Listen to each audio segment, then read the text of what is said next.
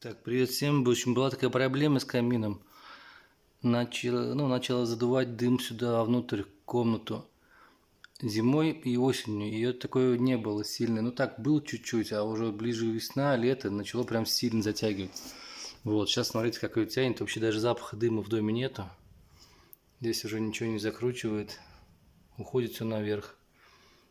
Хотел покупать дорогие оголовки, там что-то смотрел, такие турбо там оголовки. Около 5000, там 3000.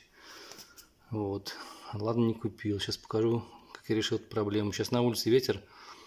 Даже слышно, как задувает трубу. Сейчас покажу. В общем, имеется такая вот труба с таким вот декоративным оголовком. Из-за него, видимо, задувало сюда.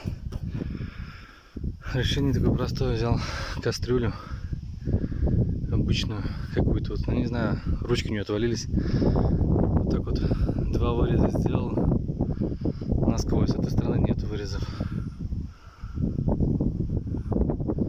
Просто положил и все.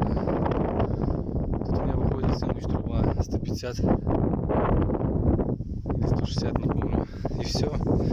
Перестало задувать. Все работает, дым стал улетать как надо.